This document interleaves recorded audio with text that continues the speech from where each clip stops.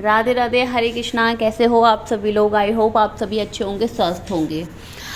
वैशाख मास का पावन पवित्र महीना चल रहा है, तो इसी के उपलक्ष्य में मैं वैशाख महाकथा या अध्याय 3 की वीडियो लेकर आ चुकी हूँ। फ्रेंड, ज़्यादा से ज़्यादा प्यार दिखाइए, वीडियो को स्किप ना करें और एंड तक ज़रूर देखें। तो अधिक विलम्ब ना करते हुए वीडियो को शुरू करते हैं। श्री जी राधे रानी की कृपा सदैव आप पर, आपके समस्त परिवार पर बनी रहे। कल के अध्याय को सुनने के लिए आप सभी भक्तों का बहुत बहुत आभार।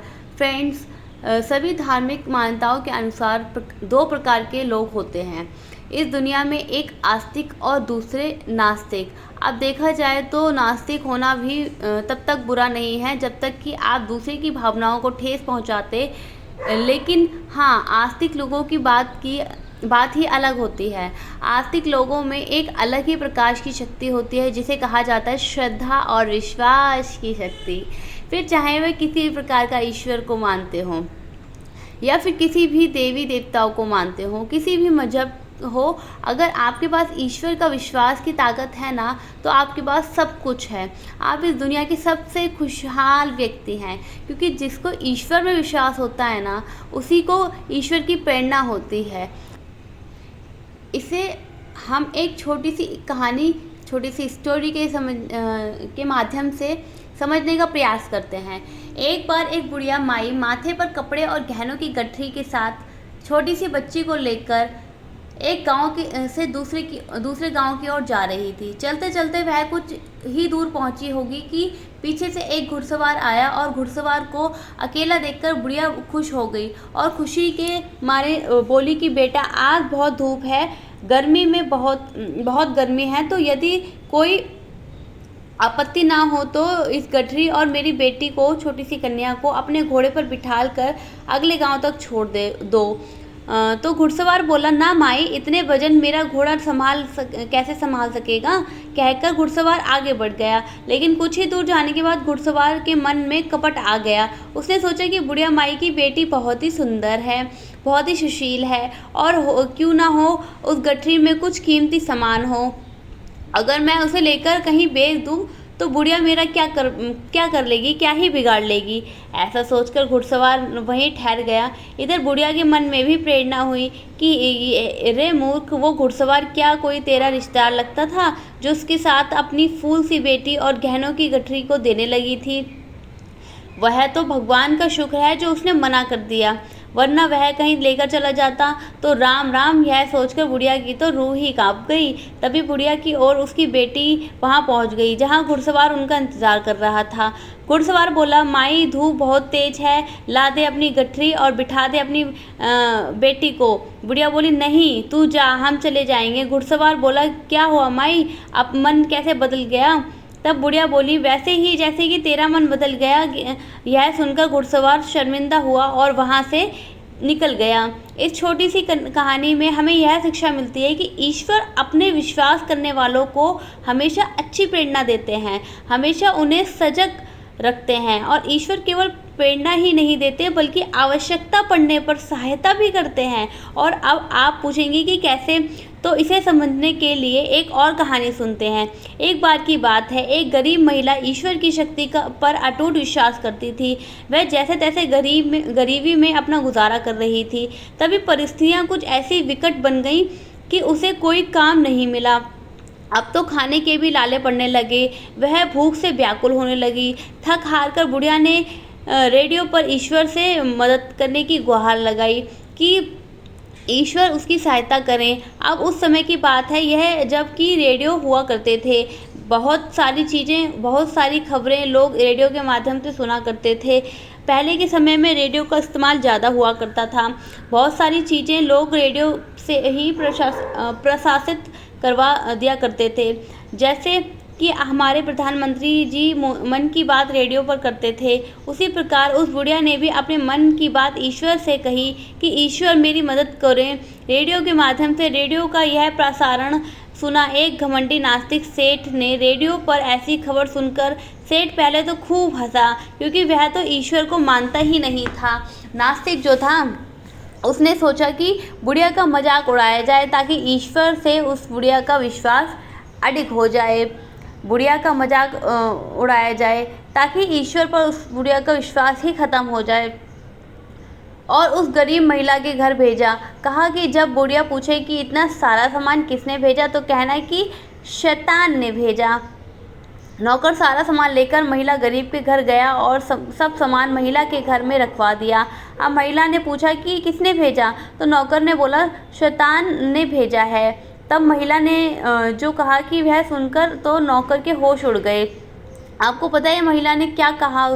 महिला बोली कि मुझे अपने ईश्वर पर पूरा भरोसा है, जब तक वह आदेश देते हैं तो शैतान को भी उसके इस आदेश का पालन करना पड़ेगा।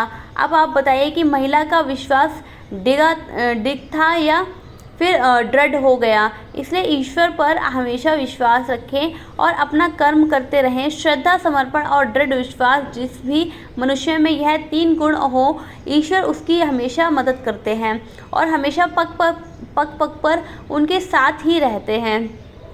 तो आज की यह दोनों कहानियाँ आपको कैसी लगी कमेंट बॉक्स में ज़रूर बताइएगा। अब आप सुनेंगे आज का अध्याय, और अगर आपने इससे पहले के 2 अध्याय नहीं सुने तो उन्हें ज़रूर सुन लीजिए। नारद जी कहने लगे, राजन, वैशाख मास सब धर्मों का प्रकार है, तपो सब महीनों और सब दानों में से अधिक क्यों है? तो सब रे महाप्रज्ञ, अब मैं तुम्हारे सामने कहता हूँ कि तुम ध्यानपूर्वक सुनो। जब सब योगों का अंत होता है तब सब देवताओं के राजा शेष साईं विष्णु भगवान संपूर्ण लोक और जीवों को अपने उदर में समेटकर प्रलय के समुद्र में शयन करते हैं और योग माया के प्रताप से अनेकों होकर भी एकता को प्राप्त करते हैं। एक दिव्य निमिष बीत जाने पर वेद प्रार्थना करने भगवान को जगाते हैं। तब भगवान अपने उदर में स्थित जीवों की रक्षा करते हुए उन सभी जीवों को अपने अपने कर्मों का फल देने के लिए सृष्टि के रचने का मन में विचार करते हैं। तब भगवान विष्णु बोले। भगवान विष्णु की नाभि से त्रिलोकी का आधार स्वरूप सुवर्णमय कमल उत्पन्न होता है। उसी कमल में से विराट पुष्प रूपी ब्रह्मा उत्पन्न होते हैं। फिर भगवान ने उसे विराट पुरुष में 14 भुवन उत्पन्न किए, जिनके भिन्न भिन्न कर्म और आश्रय ऐसे अनेक समूह रचे। फिर सत्य, रज, तम 3 गुण प्रकृति, मर्यादा और भवनों के स्वामी रचे। तत्पश्चात वर्णाश्रम के विभाग करके धर्म की कल्पना करते हुए चारों वेद, तंत्र, स्मृति, पुराण तथा इतिहास रचकर धर्म की रक्षा के निमित्त इनके प्रवर्तक ऋषि प्रकट किए। इन ऋषियों ने अलग अलग वर्णों के अलग अलग धर्म प्रबंध किए, जिन पर सब प्रजा श्रद्धा करने लगी। प्रजा अपने आश्रमोचित धर्मों में लगी हुई है या नहीं, यह देखने के लिए साक्षात भगवान विष्णु अविनाशी सर्व अंतर्यामी भगवान चिंता करने लगे। यह वर्षा काल में मैंने निर्माण किया, इसमें सब प्रजा कीचड़ आदि में फंसकर दुखी हो रही है, जिससे वह सब धर्मों को नहीं कर सकती। यह देखकर क्रोध उत्पन्न होता है, मन प्रसन्न नहीं होता और शरद काल में सब खेती में लगे रहे हैं। इससे पूर्ण रीति इसे धर्म नहीं कर सकते। इसके पके फल की अपेक्षा कर रहा है तो कोई वर्षा से पीड़ित है, कोई शीत से दुखी है, अतः धर्म नहीं करते। इन्हें देखकर मुझे रोष उत्पन्न होता है, इनकी उल्टी गति देखकर मुझे संतोष नहीं। हेमंत ऋतु में सर्दी के मारे कोई प्रातः काल नहीं उठता, सूर्योदय से पहले न उठते देखकर मुझे क्रोध उत्पन्न होता है। शिशिर ऋतु में भी प्रातःकाल समय शीत से पीड़ित रहते हैं तथा फसल पक जाने की प्रतीक्षा करते रहते हैं। फिर जो मनुष्य जाड़े के मारे प्रातःकाल स्नान करने के लिए केवल सोचा ही करता है, उनका शुभ कर्म लुप्त हो जाता है, जो कभी पूरा ही नहीं होता। यह समय प्रेक्षण का नहीं है। ऐसा विचार भगवान ने वसंत ऋतु में संपूर्ण पाठकों का निवारण करने वाला माना है। यह ऋतु स्नान, दान, यज्ञ, क्रिया, भोग और सब प्रकार के धर्मों का साधन करने के लिए बड़ी अनुकूल है। इस ऋतु में धनवान सब वस्तु बिना प्रयास के प्राप्त करते हैं। जैसे कि लोगों का धन से सुख मिलता है, जो भगवान विष्णु भगवान की आधारभूत प्राणी हैं, उनके धर्म का साधन ही द्रव्य है। वसंत ऋतु में संपूर्ण प्राणियों को सुखदायक होता है। दान योग, धर्म योग और सब कुछ भोगने के योग, निर्धन, लूले लंगड़े, व्याकुल और महात्माओं को संपूर्ण द्रव्य और जल आदि सुलभ, इनमें कोई भी संशय नहीं। मेरे प्रियजन, इन द्रव्यों में अपनी आत्मा का हित साधन कर सकते हैं। जो मनुष्य पत्र, पुष्प, फल, शाकति, प्रिय वचन, माला, तांबुल, चंदन, पग धोना तथा नम्रता पूर्वक साधन करते हैं, मैं उनको वर देता हूँ। ऐसा कहते हुए भगवान विष्णु लक्ष्मी सहित चारों ओर वनों को देखने चलते, जिनमें अनेकों प्रकार के फूल खिल रहे हैं, जिनमें हष्ट पुष्ट प्राणी रहते हैं और मतवाली भ्रमर और पक्षी विचार कर रहे हैं। भगवान विष्णु ग्रामवासियों के बहुमूल्य आश्रमों के आंगन, उद्यान स्थल को लक्ष्मी को दिखाने लगे और उस समय सभी देवता, मुनीश्वर, सिद्ध, चरण, गंधर्व, किन्नर, नाग और राक्षस प्रत्येक जीव लक्ष्मी नारायण की आराधना करते रहे। राजन, वर्णाश्रम वासियों के घरों में जाकर मीन की संक्रांति तक लक्ष्मी और सभी देवताओं और मूर्तियों सहित भगवान रहकर लोगों के कर्मों का निरीक्षण करते हुए धर्माचरण वाले पुष्पों की मनोकामना पूरी कर देते हैं और मदोमंत लोगों की आयु, धन आदि को हरते, जो वैशाख मास में भगवान की पूजा करते हैं तथा उनके चल मूर्ति रूप साधु महात्माओं की सेवा करते हैं, उनके सभी अपराध भगवान क्षमा कर देते हैं।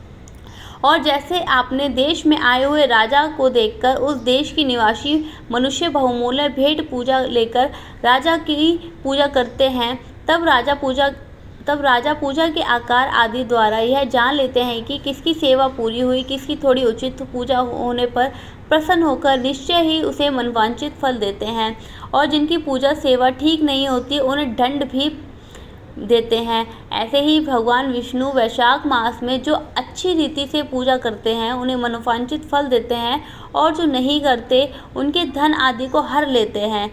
राजन, धर्म के रक्षक देव सारधार भगवान श्री हरि इस मास में प्राणी की परीक्षा लेते हैं, इसलिए यह महीना उत्तम है। नारद जी बोले, हे राजन, वैशाख महीने में मार्ग चलने से व्याकुल है, प्यासे मनुष्यों को जलदान नहीं करते, वह पक्षी की योनि पाते हैं। ब्राह्मण और घर की छिपकली का प्राचीन इतिहास कहते, यह परम अद्भुत संवाद, इसे ध्यानपूर्वक सुनिए। प्राचीन समय में एक इक्ष्वाकु के वंश में हेमांग नामक एक राजा हुआ करता था। वह ब्राह्मणों को भक्त, अनिंदक, चित्रशत्रु और चित्रदिय था। हे राजन, पृथ्वी में जितने बालू के कण, समुद्र में जितने जल के बिंदु हैं और आकाश में जितने तारे गण हैं, उतनी ही गौ उस राजा ने दान की। उसने बहुत से यज्ञ किए। उन यज्ञों की कुशाओं से पृथ्वी पर कुशा दिखाई देने लगी तथा गौ, भूमि, तिल और स्वर्ण दान से बहुत से ब्राह्मणों को प्रसन्नता हुई। ऐसा दान नहीं जो उसने नहीं किया हो। परंतु हे राजन, सुख की इच्छा रखने वाले उस राजा ने एक जल दान नहीं किया। ब्रह्मपुत्र महात्मा वशिष्ठ जी ने उसे ज्ञान भी कराया कि जल दान को, परंतु उसने दुर्विधि और हेतुवाद से कहा कि जल तो बिना मूल्य ही मिलता है, इसे दान करने वाले को क्या फल मिलेगा। ऐसी अनेकों बातें कहीं और ब्राह्मण को जल दान नहीं किया और कहने लगा कि अल्भ्य वस्तु दान करने से पुण्य नहीं मिलता, और यही ठीक भी है। वह राजा लूले लंगड़े, दरिद्री और जीविकाहीन ब्राह्मणों की सेवा तो करता था, किंतु वेद पाठी, तत्वज्ञानी और ब्रह्मवादियों की पूजा नहीं करता था। वह राजा कहा करता था कि विख्यात ब्राह्मणों की पूजा सेवा तो सभी ही करते हैं, परंतु अनाथ, बिना पढ़े लिखे, लूले लंगड़े ब्राह्मण और दरिद्रियों की बड़ी दुर्गति है। अतः ऐसा ही लोग मेरी दया के पात्र हैं। इस प्रकार की दुर्विधि कुपात्रों का दान देता रहा। इस महादोष के कारण 3 जन्मों तक उसे चातक की योनि मिली। एक जन्म गिद्ध बना और 7 जन्म तक कुत्ते की योनि में रहा। हे राजन, वह एक राजा के घर छिपकली की योनि में जाकर रहा। उसका नाम श्रुति कीर्ति था और मिथिलापुरी का राजा था। छिपकली घर के दरवाजे की चौखट के ऊपर कीड़ों के भक्षण करती हुई 87 वर्ष तक वहीं रहती। एक दिन देवयोग से मुनियों में श्रेष्ठ श्रुति देव नामक ऋषि दोपहर के समय मार्ग से थके हुए मिथिलापति के घर आए। ऋषि को देखकर राजा अतः प्रसन्न होकर सहसा उठकर बड़े आदर सत्कार के साथ मधु पर्कादि से इसे पूजन करके चरण धोने लगा और चरणोदक को अपने मस्तक पर छिड़काव। तब देव योग से एक बूंद जल उस छिपकली पर गिर पड़ी।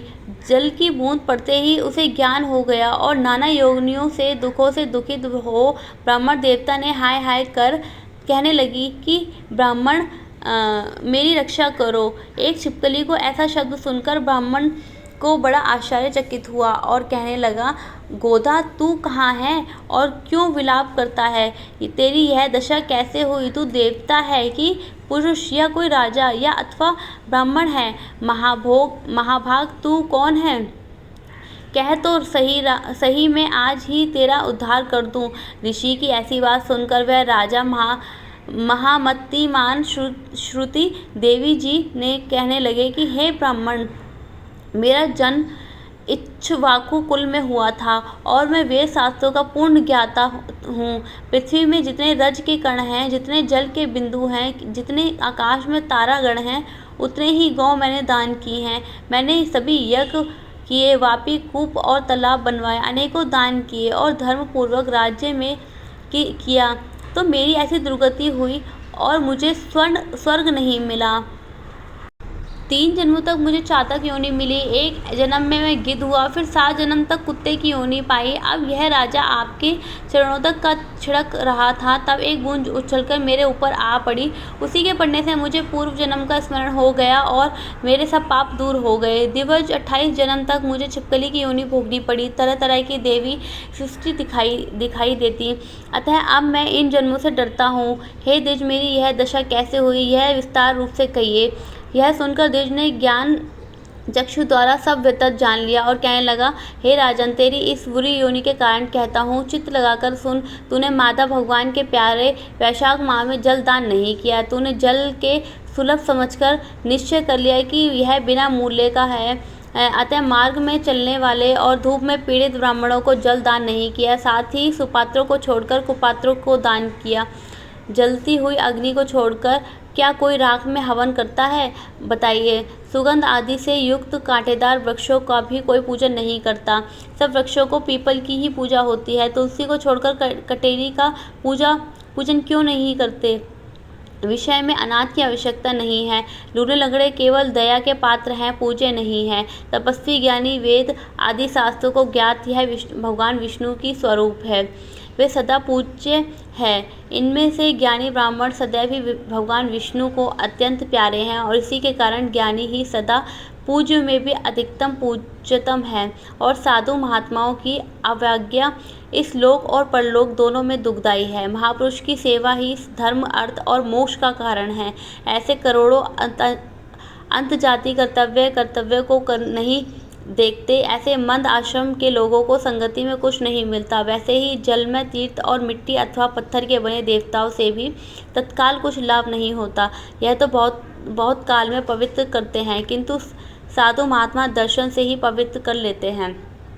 साधु सेवा से कोई सुरक्षित पुरुष दुखी नहीं होता, जैसे अमृत पान करने से जन्म मरण वृद्धावस्था आदि दुख नहीं देते। तूने जल दान नहीं किया और न साधुओं की सेवा की, यह इक्ष्वाकु नंदन, इसी से तेरी यह दुर्गति हुई है। हे वैशाख में जो मैंने पुण्य किया है वह तेरी शांति के लिए तुझे दूंगा। इसके प्रताप से भूत भविष्य और वर्तमान कर्मों के संस्कार दूर हो जाएंगे। ऐसा कहकर जल को स्पर्श कर सर्वोत्तम पुण्य का फल दे दिया। इस तरह जब ब्राह्मण ने वैशाख में एक दिन स्नान का फल उसे दिया, तब उसे सब पाप दूर हो गए और छिपकली की योनि त्याग कर दिव्य विमान पर चढ़कर दिव्य माला वस्त्र और आभूषण पहनकर मिथिलापुरी के महल में सब प्राणियों को देखते देखते हाथ जोड़ परिक्रमा करके नमस्कार करके आज्ञा लेकर स्वर्ग को चला गया। देवता लोग उसकी स्तुति करने लगे। वहाँ 10,000 वर्ष तक अनेक भोगों को भोग कर वही राजा इक्ष्वाकु के वंश में महाप्रभावशाली काकुकस्त नाम से पैदा हुआ और सप्त दिव्यवती पृथ्वी का पालन करता हुआ बड़ा ब्राह्मण साधु सेवी इंद्र का सखा और विष्णु का अंश हुआ। तब वशिष्ठ जी ने वैशाख माह में सब कर्तव्य धर्म सुनाए, जिनके करने से उसके सब दुख दूर हो गए और दिव्य ज्ञान को पाकर भगवान विष्णु की सयुज मुक्ति को प्राप्त हुआ। इसलिए हे राजन, यह वैशाख संपूर्ण शुभ फलों को देता है। इसमें जो मनुष्य यथार्थ धर्म करता है उसकी आयु और यश बढ़ाता है, सभी प्रकार के पाप नष्ट हो जाते हैं। ऐसा माना जाता है कि पुरुष पार्थ चतुर्थी की प्राप्ति होती है और भगवान विष्णु प्रसन्न होकर ब्राह्मण, क्षत्रिय, वैश्य, शूद्र से इन चारों वर्णों से ब्रह्मचारी, गृहस्थ, वानप्रस्थ की ओर ले जाते हैं। संन्यास ये चारों आश्रम वालों मनुष्यों को वैशाख माह के कहे हुए कर्म को अवश्य करना चाहिए। वैशाख मास महात्म का तीसरा अध्याय समाप्त हुआ और इसके आगे की कथा आप कल के अध्याय में सुनेंगे। ओम विष्णु वचटकारो भूत भाव्य भवंत प्रभु भूत कृत भूत भृत भावु भूतन्ते भूत वहाना भूततम परमात्मम तच मुक्तम ना परम भगति अव्यम। फ्रेंड्स, इसमें मैंने तुलसी चालीसा की आपको कुछ लाइंस मैंने इसमें पढ़कर सुनाई। इसी प्रकार आप तुलसी चालीसा का पाठ कर सकते हैं। इसी में आप विष्णु सहस्त्रनाम का पाठ कर सकते हैं, जो कि बहुत ही फलदायी होता है। वैशाख के महीने में आप जितना हो सके ना श्री हरि ओम नमो भगवते वासुदेवाय का मंत्र का जाप करें, विष्णु सहस्त्रनाम पढ़ें, तुलसी चालीसा पढ़ सकते हैं। इसी प्रकार आप तुलसी चालीसा पढ़ सकते हैं। यह कथा महासुखदाई, पढ़े सुने तो भवतर जाई। यह श्री तुलसी चालीसा पाठ करें।